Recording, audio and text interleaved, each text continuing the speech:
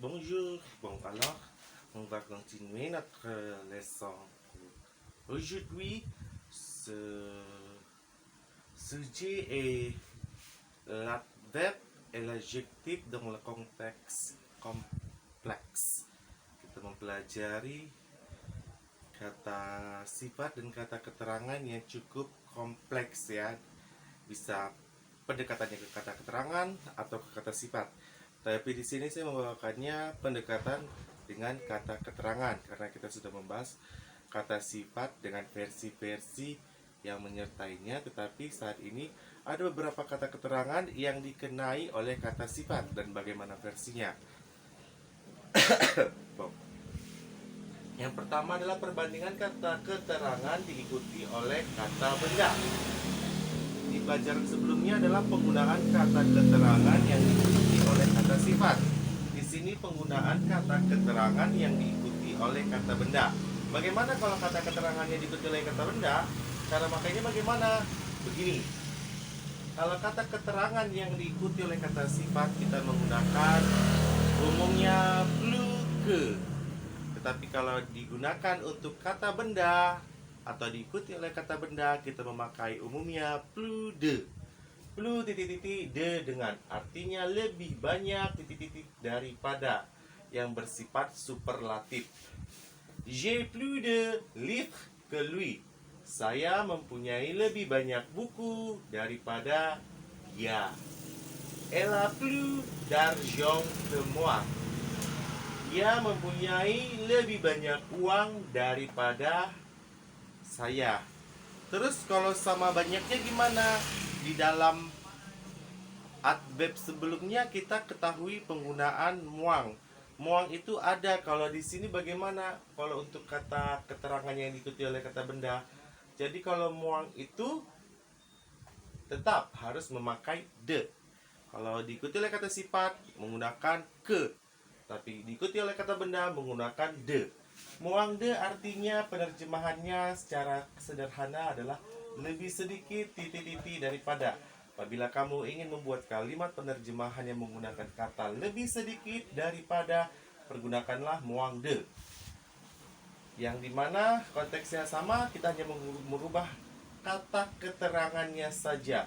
J'ai moins de livres que lui. Saya mempunyai, di sini avoir ya, yang artinya mempunyai mempunyai lebih sedikit buku daripada dia. Elle a moins d'argent que moi. Dia mempunyai lebih sedikit uang daripada saya. Terus bagaimana kalau sama banyaknya? Di pelajaran sebelumnya ada sama banyaknya yang diikuti oleh kata sifat. Bagaimana kalau dengan kata sama banyaknya tetapi konteksnya diikuti oleh kata benda? Nih, memakai de. Otong titik-titik de. Sama banyaknya titik-titik dengan titik-titik.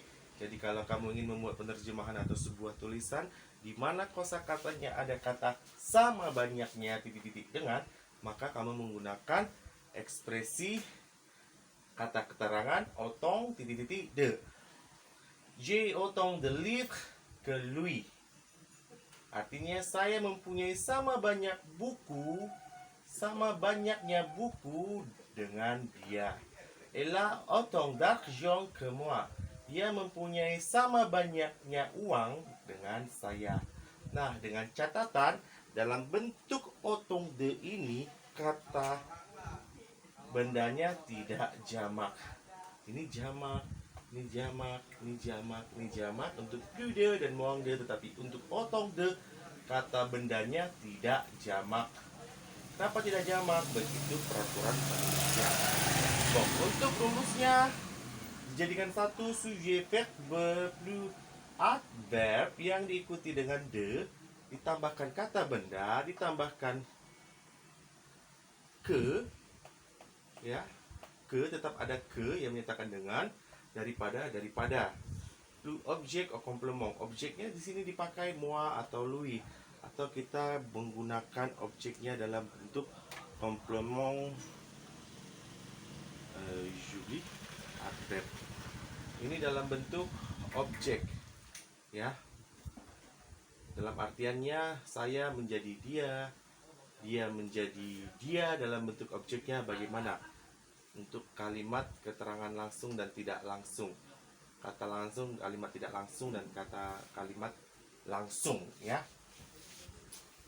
Selanjutnya kita mempelajari adjektif dan adverb superlatif, di mana adjektif ada adverb tapi berbentuk sebagai superlatif, lebih, perbandingan lebih, di mana dia membutuhkan artikel defini le, lale, plus, moi, ditambah dengan adjektif kata sifat, masuklah artikel partitif de, du, de, la, dan de yang kita ketahui itu bermakna ter, untuk ininya. Ter, masukkanlah kata sifatnya apa, ya. Ter di sini penerjemahan dalam bahasa Indonesia untuk adverb le plus, la moins, les moins, atau les plus, yang dimana artikel partitif ini arti penerjemahannya ada 3, bisa di, dari, atau di dalam. Pilih mana pendekatan yang lebih cocok. Masuk ke contoh. Il est l'étudiant le plus intelligent de la classe. Dia adalah seorang siswa terpintar di kelas. Dia adalah seorang siswa terpintar dari kelas. Nggak masuk ya kalau dari kelas. Il est l'étudiant le plus intelligent, terpintar di dalam kelas. Berarti bisa pendekatannya di dalam atau di. Il est l'étudiant le moins smart de la classe. Dia adalah siswi tercerdas di dalam kelas atau di kelas. Oke ya, jadi bisa kedua-duanya. Tapi kalau dari tidak cocok. Itu contoh yang kedua. Masuk kita contoh kalimat yang ketiga. Ces livres sont les moins intéressants du bibliothèque. Buku-buku ini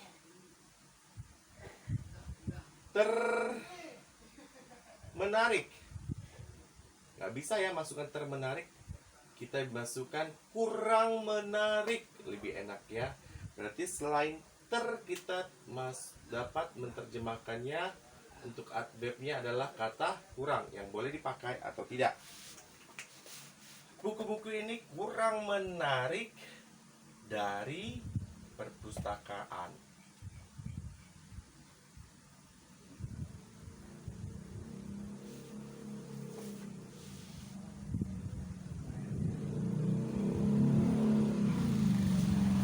Tidak masuk ya dari